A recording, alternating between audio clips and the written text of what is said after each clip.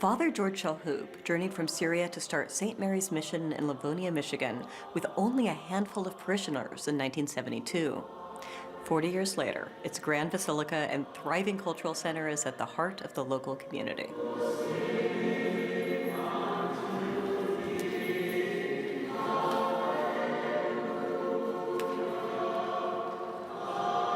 Father has a very unique technique, I would say, for empowering the parishioners and the people he comes in contact with. We all followed him. The whole story inspires me. I was born in the third largest city of Syria, the city of Hama. I had a wonderful childhood, very playful one around the church and around the family. And at the age of 12, I was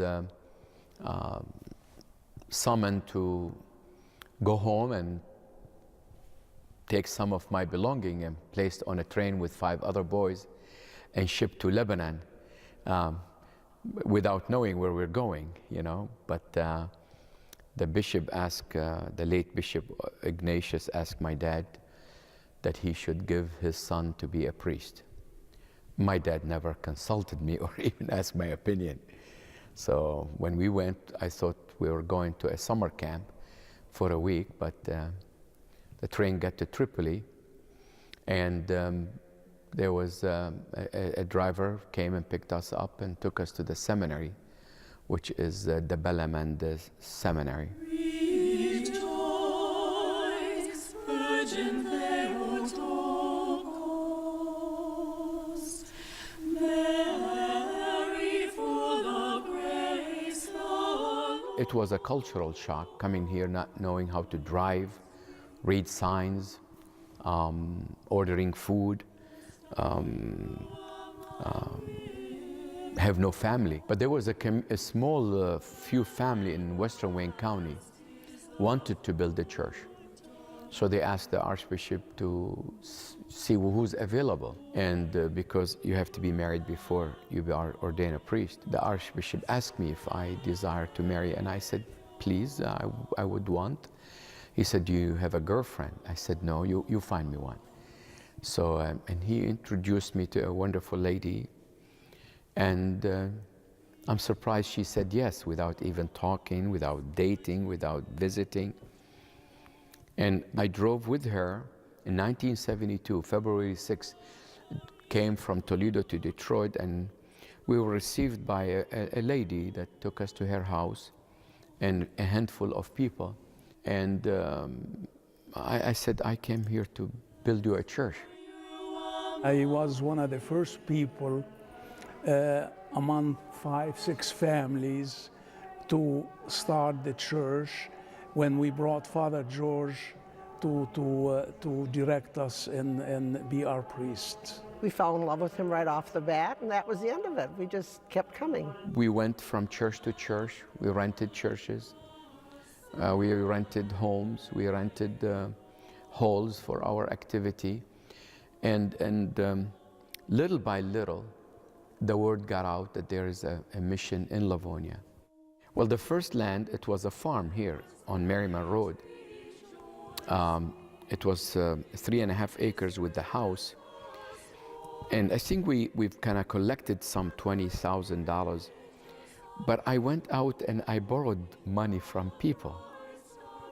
And people trusted me. The Ladies' Society, I had a wonderful group of women who will go to the end of the world to do a rummage sale, to do a bake sale, to do a car wash, and to have a bazaar, and just to collect pennies for our church. The women never stopped thinking of ideas to raise money. And there was probably 50 women when it was all said and done that really worked hard in this church. أنتم الذين بالمسيح اعتمدتم.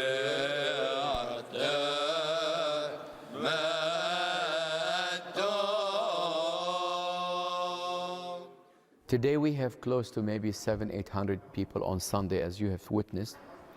So I serve close to maybe to 2,000 families. Thank God they don't all show up in one time, but they come around Easter and Christmas. The church is very important part of Arab American Christian, because this is their only link, not only to their culture and their friend and family and cousin, it is their only link really to the land they left behind. Servant of God, baby Sophia.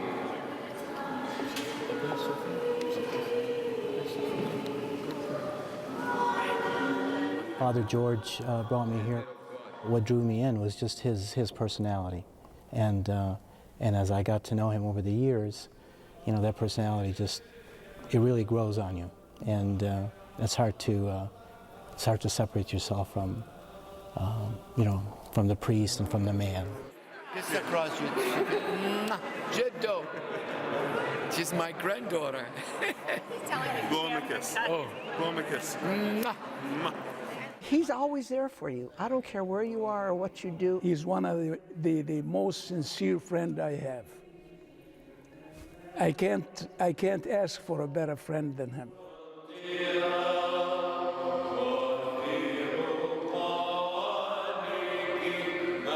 He has the ability to plant seeds in people through ideas, you know, through suggestions that somehow germinate within, you know, within us, within me, within, you know, the people he comes in contact with, and those little seeds have, you know, grow to be what his vision and his ideas are for the community and for the church. I lead them in a prayer, and they do the prayer, and a church it's not the priest alone, and it's not the parishioners alone. It's the priest and the parishioners and the bishops all together. It's a symphony. Hallowed be thy name. Thy kingdom come. Thy will be done on earth as it is in heaven. The church today is not only a place of worship, it's a place of solidarity, place of gathering, a place of comfort and place of security. It's home. He just connects to people in every way, you know, just in a spiritual way and just as a person to person. I can't describe it any other way. He's a connector. I really don't have as much pride as much as love, because if you love something, you're willing to die for it. And I love this community so much that I'm willing to, that I did not spare anything.